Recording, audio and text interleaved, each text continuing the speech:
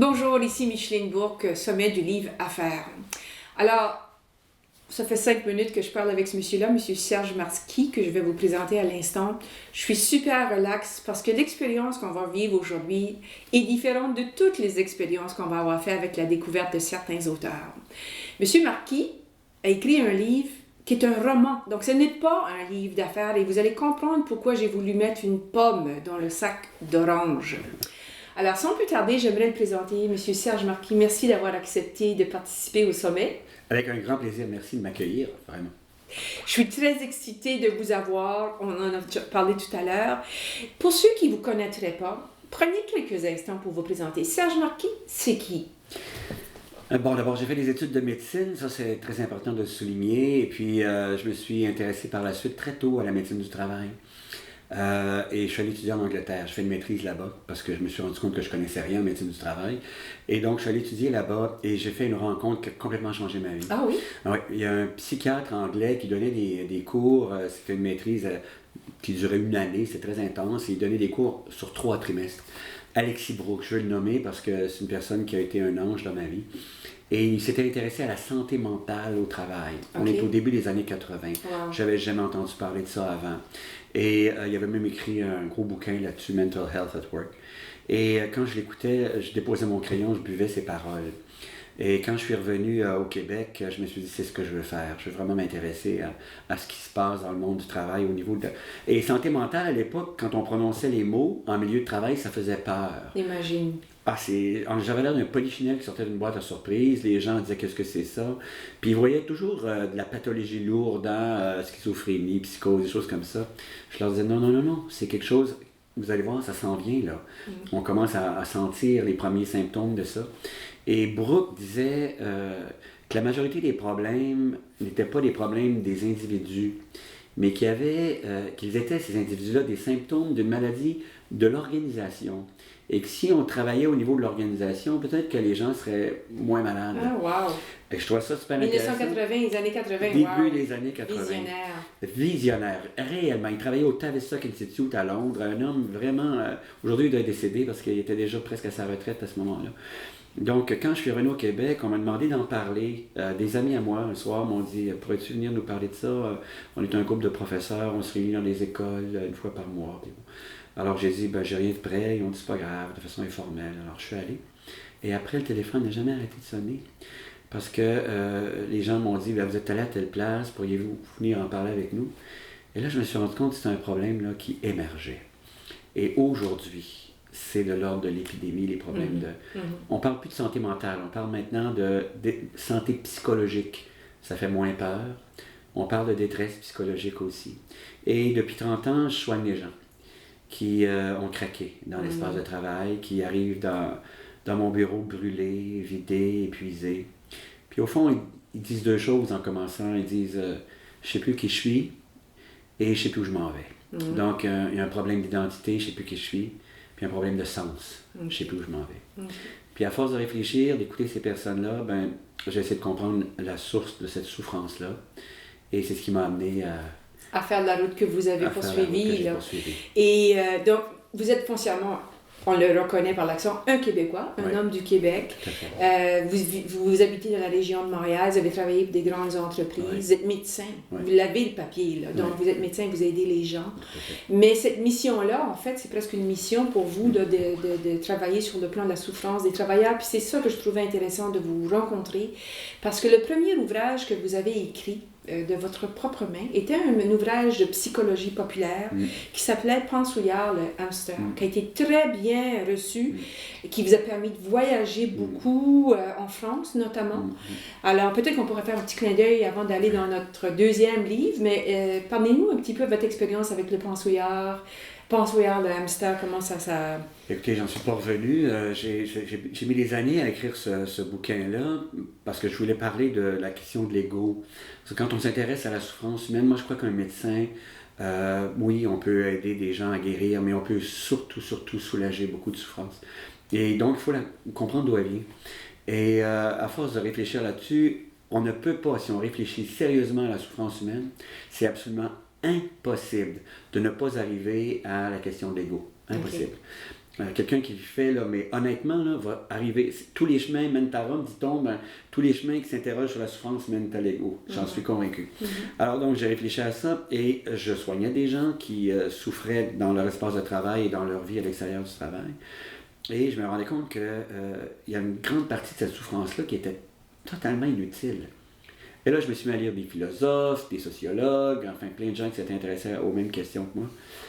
Et il y a des patients qui me disaient, bon, vous nous suggérez des lectures, mais on a un petit peu discuté à comprendre certains livres, pourquoi en écrivez-vous pas un? Alors j'ai dit, tiens, beau défi. J'avais toujours rêvé d'écrire, alors j'ai écrit Pensouillard.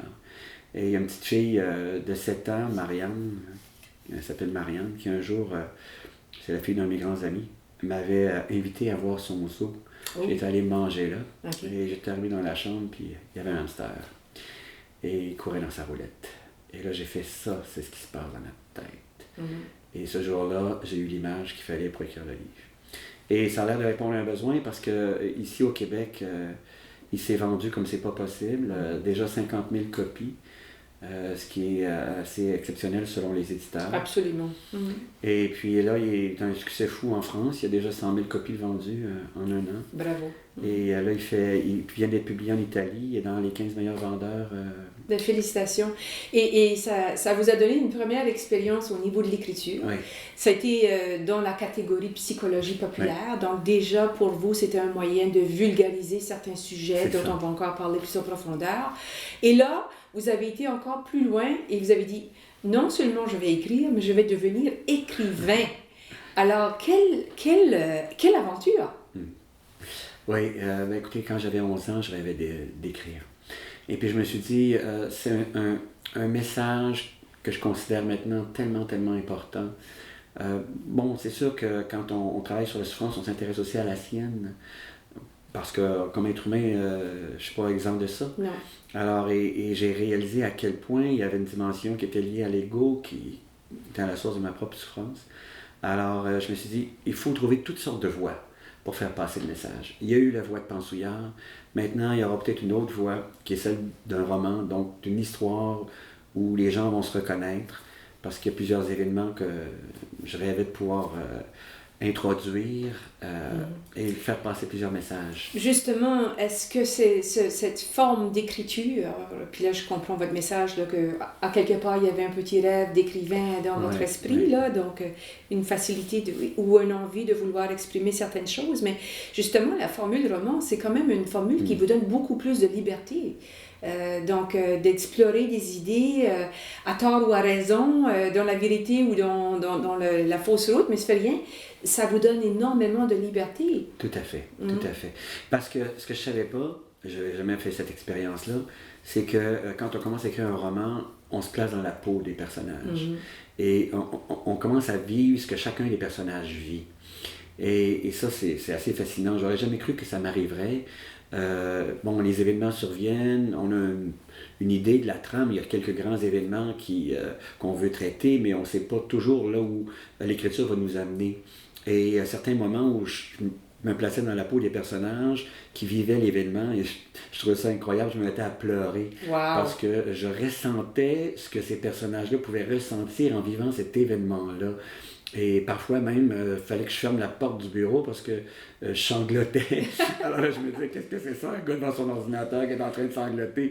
Mais c'était de vivre dans la peau de ces jeunes. Il y a des adultes, bien sûr, qui interagissent et qui vivent des événements qui, pour certains, nous ont tous et toutes marqués. Absolument. Alors donc, c'est cet aspect de l'écriture que j'ai eu la chance de découvrir en travaillant le roman.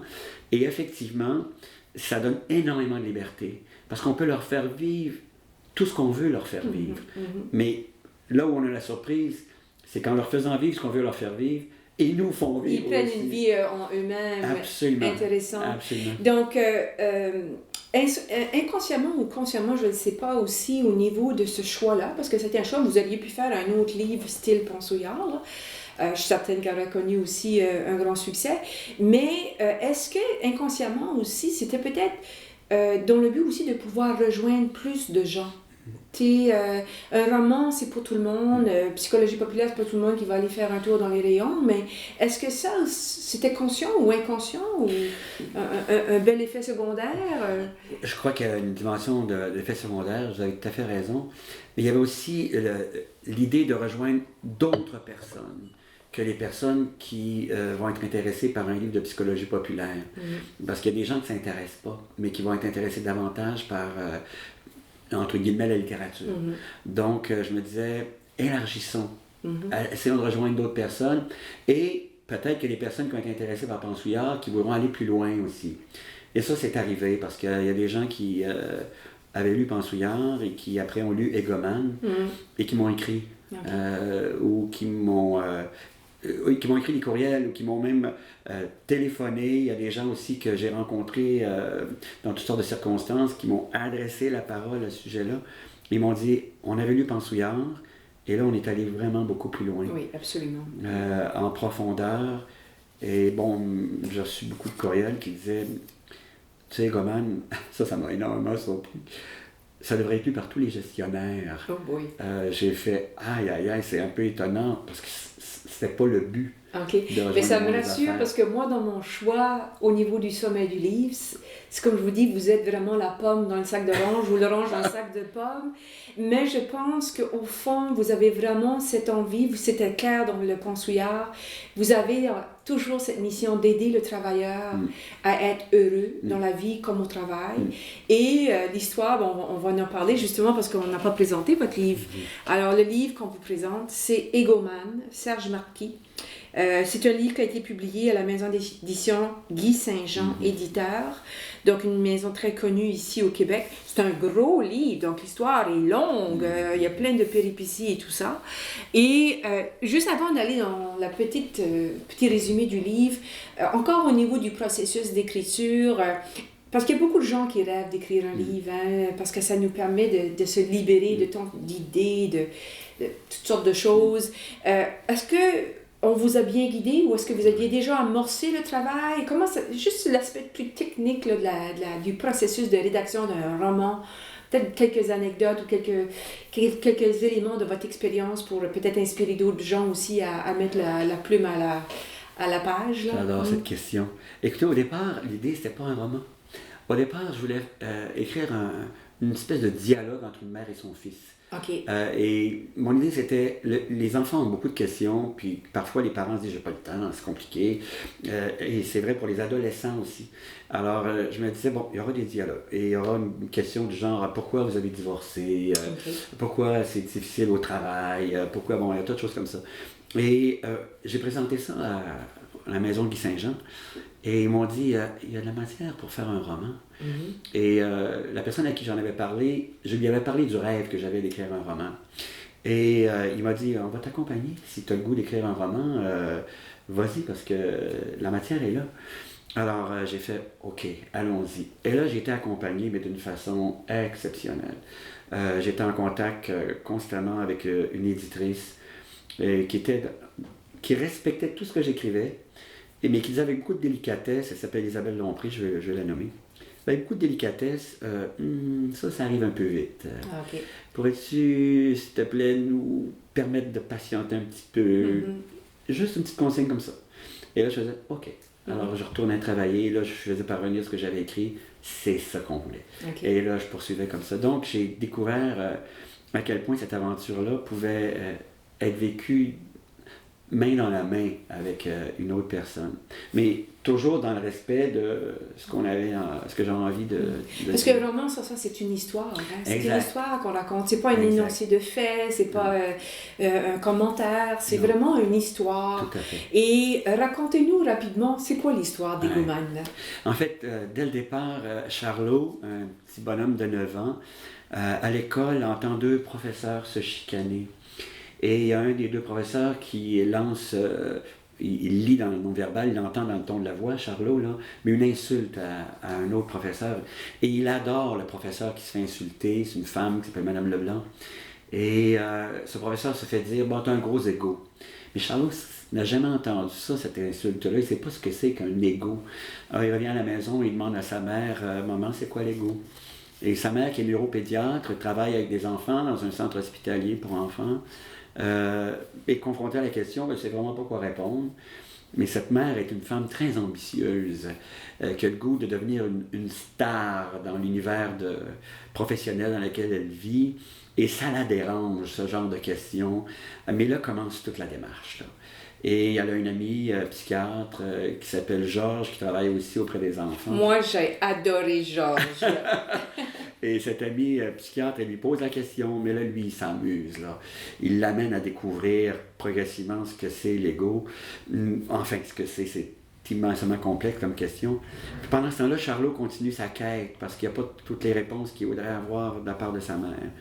Et il travaille avec des amis. Et là, il arrive toutes sortes d'événements. C'est sûr, des événements qu'on vit à notre époque, l'intimidation à l'école. Il est confronté à la question du suicide chez l'enfant, la maladie chez l'enfant, les grands événements aussi qui ont marqué notre planète, les événements du 11 septembre 2001. Comment un enfant vit ça? Quel genre de questions il pose à sa mère devant la télé quand il vit une chose pareille? Pourquoi? Alors la mère est obligée d'essayer d'expliquer ça. Et là, on se rend compte que l'ego a une place comme explication à travers... on essaie de comprendre ces événements-là, mais c'est très rare qu'on aborde la question de l'ego pour expliquer ces événements-là. C'était vraiment une très grande révélation pour moi de le lire sous cet angle-là. Le pouvoir de l'ego dans nos vies et dans notre univers. J'ai trouvé ça extrêmement puissant, extrêmement puissant. Mais pour parler encore un petit peu plus des personnages, quand même, Charlot, là, c'est le déclencheur. Hein, c'est le déclencheur d'émotions, c'est le déclencheur de questionnement. C'est vraiment... Quand je lisais Charlot, je pensais que c'était comme si... Ça me faisait beaucoup penser au Petit Prince. OK, le Petit Prince, c'est sûr que c'est un autre genre de personnage, on s'entend, c'est pas du tout le Petit Prince, mais c'est le genre de provocateur, tu sais, qui pose une question, puis là, tu te dis, c'est pas vrai qu'il nous a posé cette question-là, puis il va falloir y répondre, puis même avec une première réponse, il va revenir parce que c'est pas assez bon, puis il comprend pas. Alors moi, j'ai beaucoup vu le Petit Prince, dans le bon sens du terme, puis aussi dans le sens de... Il y en a plein de petits princes dans notre vie. Je pense que vous avez déjà référé ça. Pourquoi avoir choisi l'enfant, justement? Je pense que vous avez déjà un petit peu répondu à ça. Mais pourquoi choisir un enfant pour être le déclencheur de toute cette discussion sur l'ego? Parce que ça aussi, c'est important, ça m'émeut quand j'en parle, mais il y a beaucoup d'enfants qui souffrent. Inutilement. Et il y aurait des choses à faire de la part des... On le sait, on en parle beaucoup, mais on ne traite pas, à mon avis, de la racine même du problème. Malheureusement, on traite la plupart du temps ces questions-là en surface, en ayant l'impression qu'on a répondu. Et ces enfants ne sont pas bêtes. Ils savent, effectivement, je trouve que le lien avec le Petit Prince, je ne l'avais pas fait, mais les gens de la maison d'édition, à un moment donné, en lisant ce que j'envoyais, disaient ben, c'est fou, on a l'impression aussi de se retrouver un peu dans un Petit Prince, mais à la moderne. Oui, mais dans la réalité, pas dans le nuage que lui sur sa lune, mais dans la vraie vie. Oui. Le Petit Prince existe là. Exact. Et donc, ces enfants-là ne sont pas bêtes. Puis la question demeure. Et parfois, ils vont l'explorer par eux-mêmes. Puis ça continue à l'adolescence. Hein.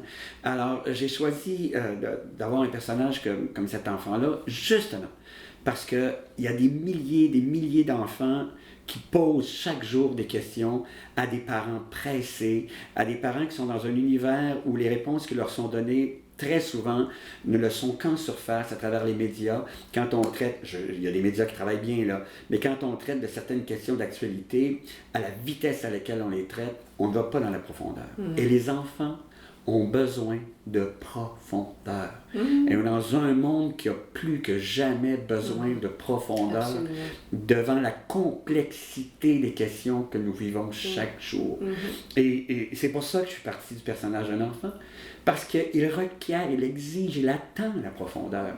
Et on ne lui donne pas, malheureusement, suffisamment souvent, parce que ça requiert des temps d'arrêt, ça requiert d'aller dans la profondeur, ce qui est très confrontant pour soi-même. C'est ce que Maryse vit. Maryse, au cours du roman, se transforme. Elle est bouleversée par les questions. Elle ne sait plus où donner de la tête. Elle ne se reconnaît pas, même, à plusieurs moments. Elle est obligée, peut-être pour la première fois de sa vie, de retourner dans le tréfonds d'elle-même pour...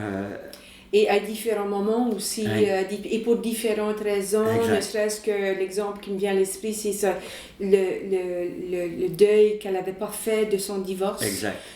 Comment l'ego avait affecté cette partie importante de sa vie.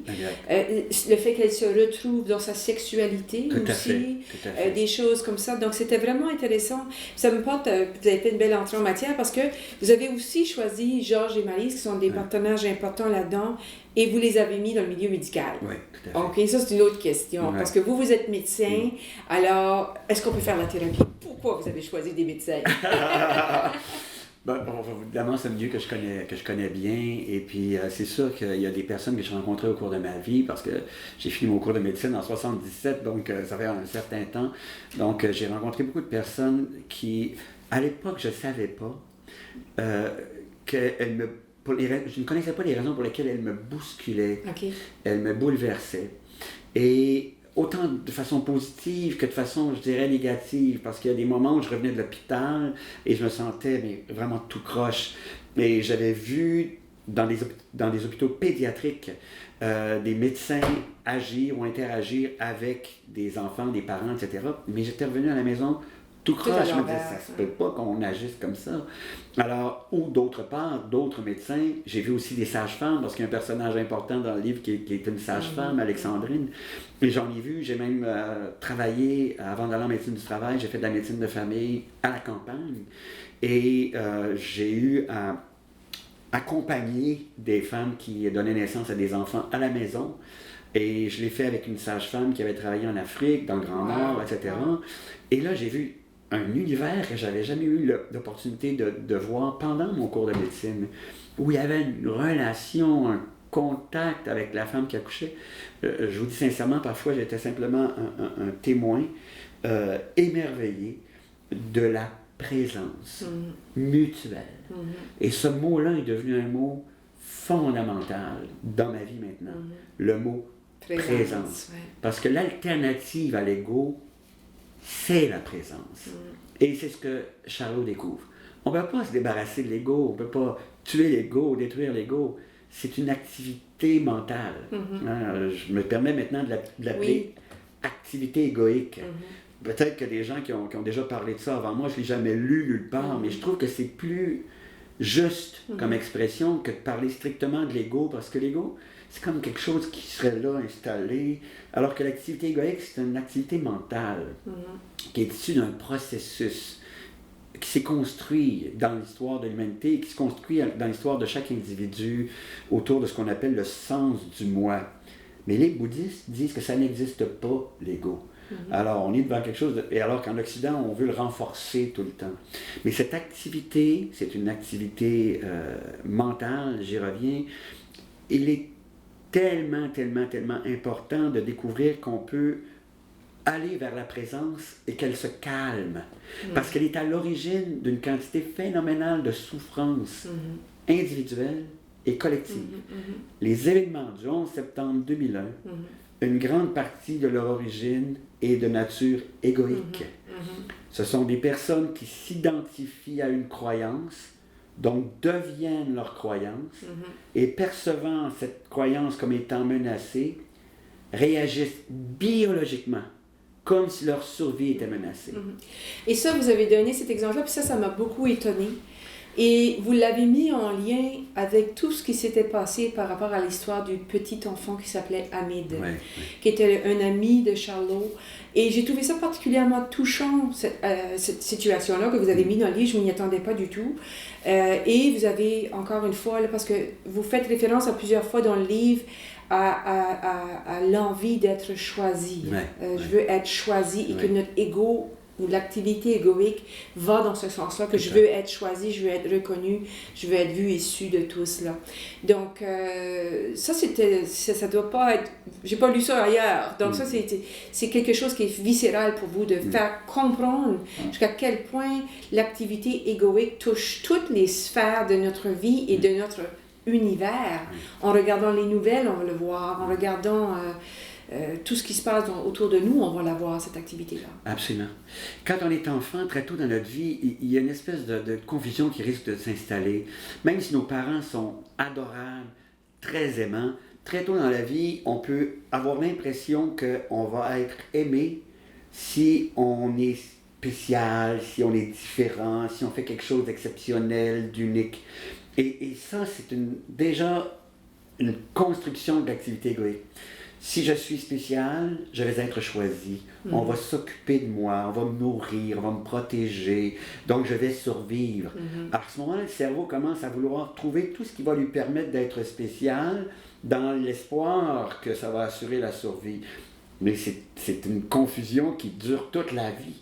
Parce que par la suite, on essaie sans arrêt de trouver des manières, et c'est là que ce que j'appelle dans l'univers de l'ego, la construction de pelures identitaires, de couches identitaires.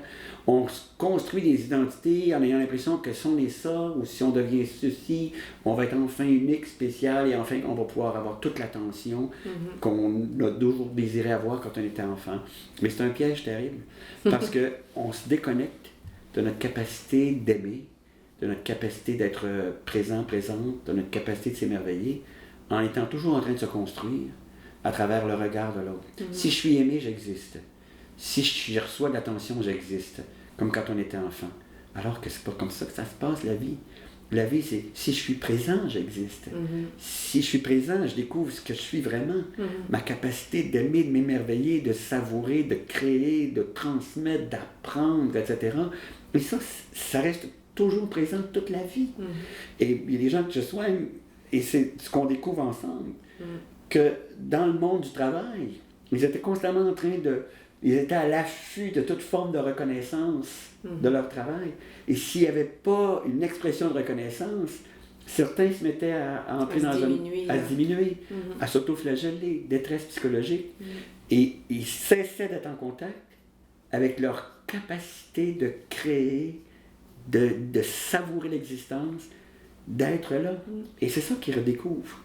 Et que ça, c'est toujours présent. Mais c'est un travail de tous les instants. Un autre aspect dans le livre qui est intéressant à mon avis, puis je pense que c'est connu quand même, mais c'est toute la question de la peur. Oui. Hein? La peur revient à différents moments dans le livre, notamment par l'histoire de Hamid. On a même, à un moment donné, dans votre ouvrage, dit « Sans la peur, il n'y aurait peut-être jamais eu de religion ».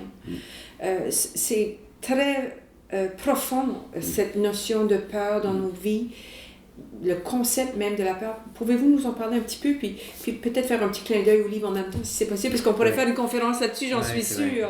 Ben, c'est la peur du rejet, parce que très tôt, la peur du rejet nous amène à la peur de mourir. Je suis enfant, si je suis rejeté, qui va s'occuper de moi, qui va me nourrir, qui va me protéger, bon, etc. Alors, et cette peur-là perdure toute l'existence. D'ailleurs, Hamid, dans le livre, génère par sa seule présence la peur chez des enfants du même âge que lui. Parce qu'il est différent. Et l'ego, curieusement, cherche toujours à se sentir différent, mais ne tolère pas la différence. Parce que la différence ne lui permet plus de se sentir différent. S'il y a quelqu'un qui est différent de moi, je ne suis plus différent. Parce que, bon, alors donc, très tôt, l'ego essaie d'éliminer les différences pour ne plus se sentir menacé dans son caractère spécial, unique. Et dans la cour de l'école, c'est ce qui amène l'intimidation. Et ça aussi, dans le livre, ça occupe une place importante, parce qu'il y a des enfants différents, pour toutes sortes de raisons. Hamid, qui demande juste avec son nom, est un enfant différent, puis là, on le vit ici avec tous ces jeunes réfugiés qui atterrissent, qui vont aller dans des écoles, et qui vont avoir à faire face à ces regards, qui vont avoir peur, parce qu'ils sont différents. D'autres enfants, et ça aussi, on ne l'utilise pas beaucoup pour expliquer l'intimidation.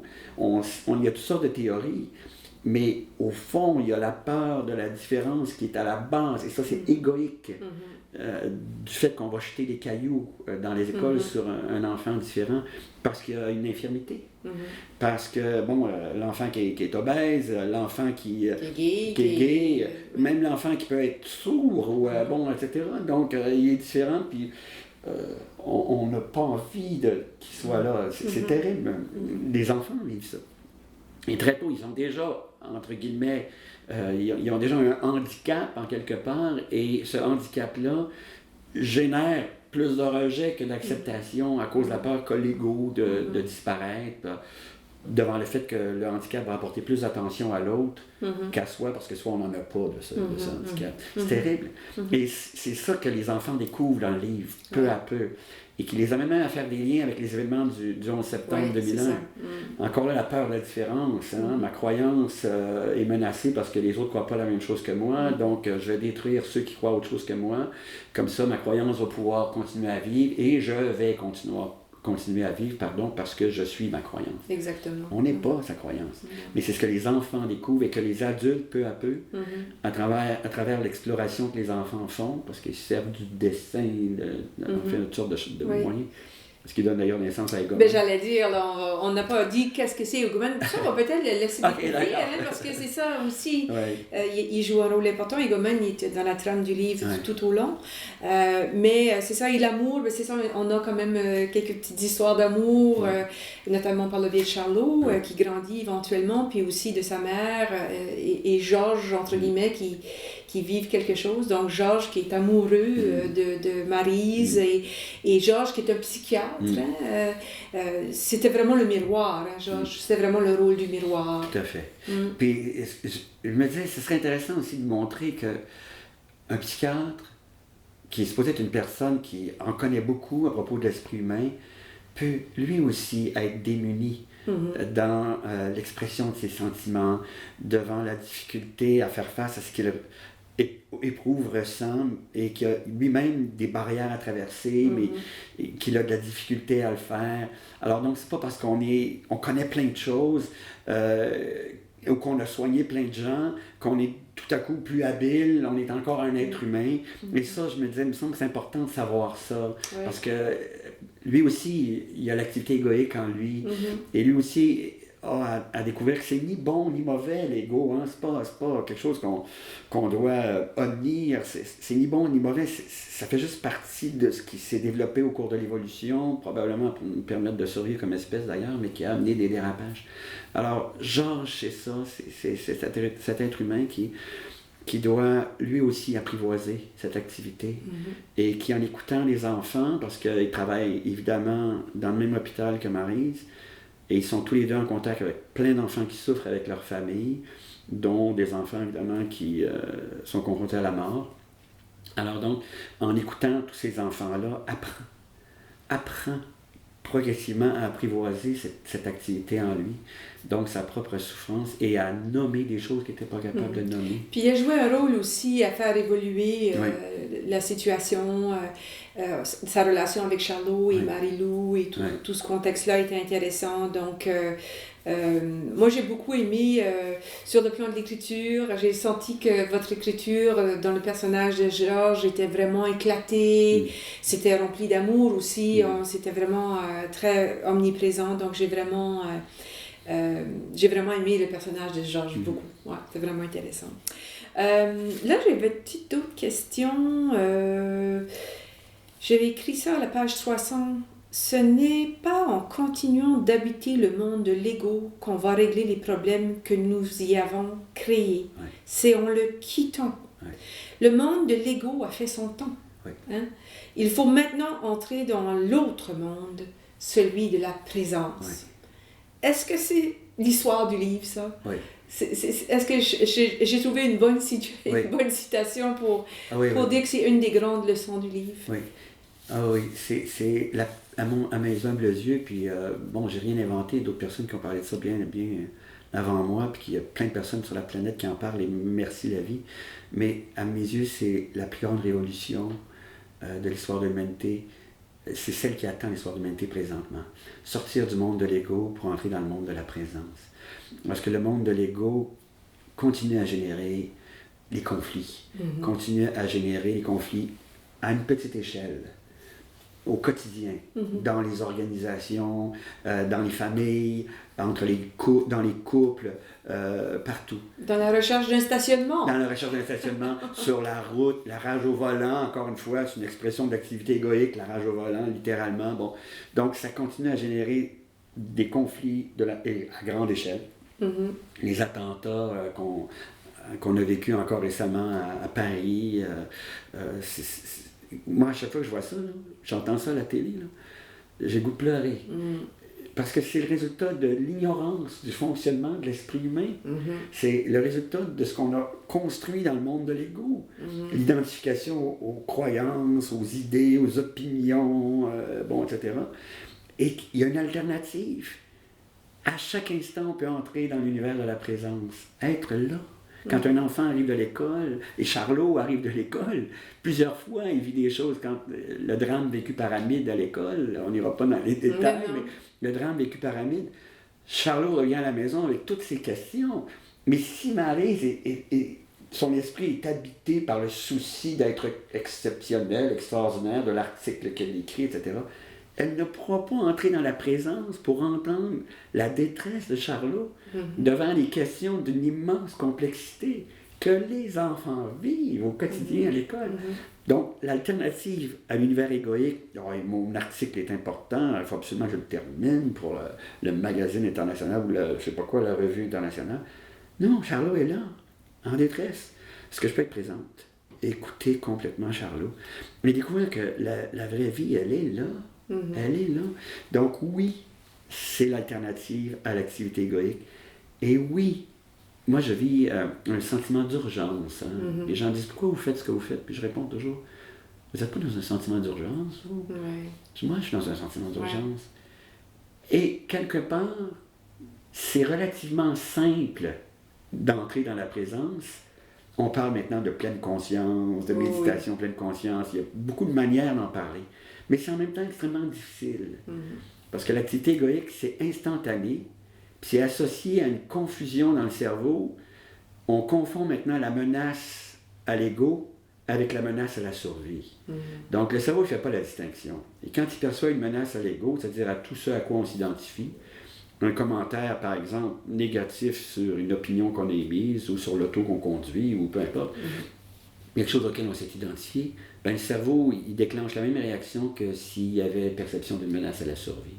Alors là, ça donne la réaction très primitive de lutte ou de fuite, réaction de stress.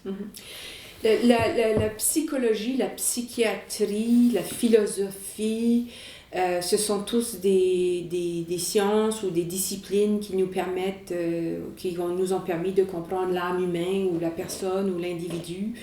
Je crois quand même comprendre chez vous, peut-être que c'est pas un hasard qu'on a derrière nous, c'est un beau Bouddha.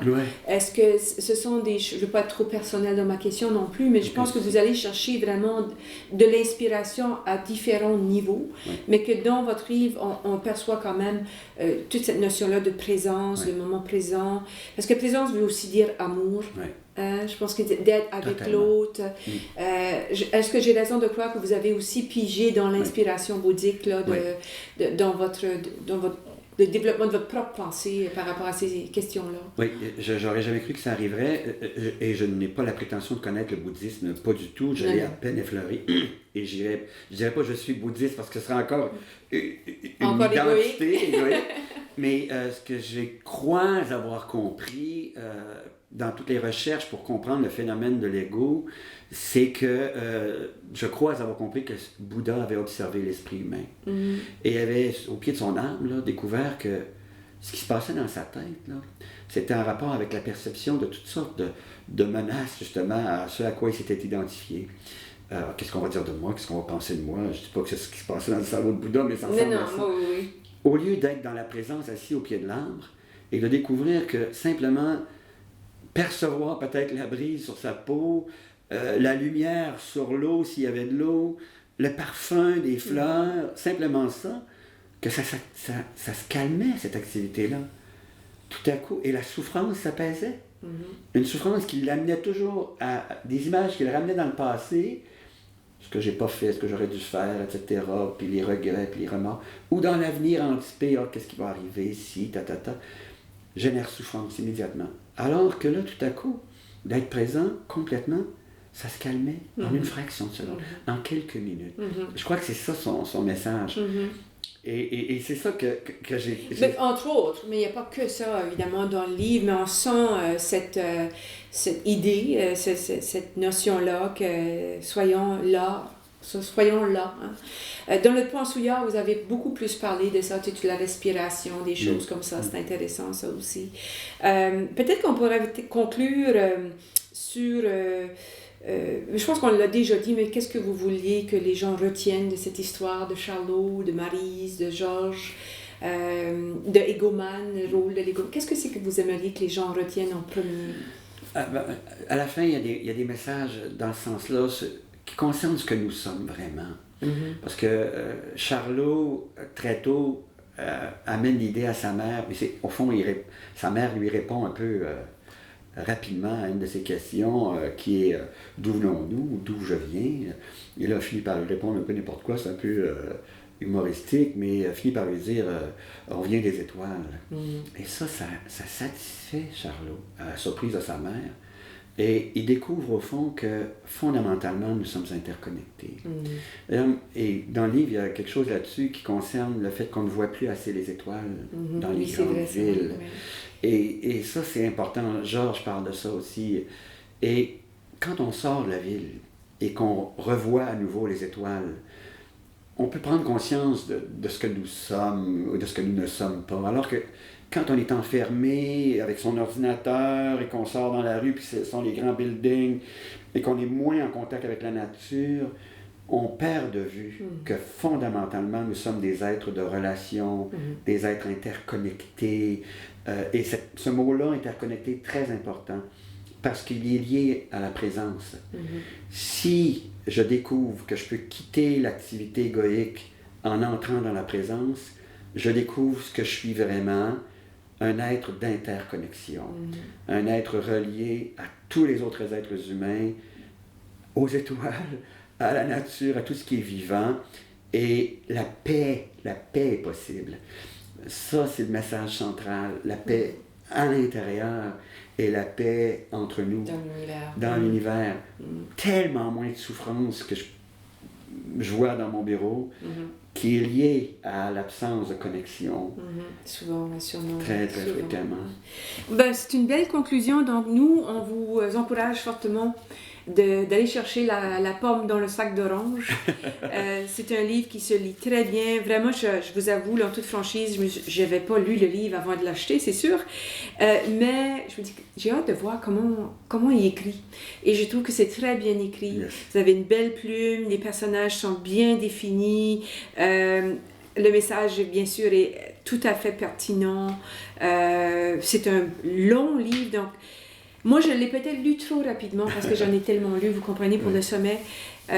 Puis, prenez le temps de lire, prenez le temps d'absorber chaque petite anecdote, chaque petit texte, histoire, dont l'histoire nous amène à réfléchir. Puis, je vous félicite vraiment très sincèrement. Je trouve que c'est un sujet pertinent, comme vous l'avez dit. Puis, allez pour l'orange dans le sac de pommes ou la pomme dans le sac d'orange. Merci infiniment. Merci à vous, beaucoup, beaucoup.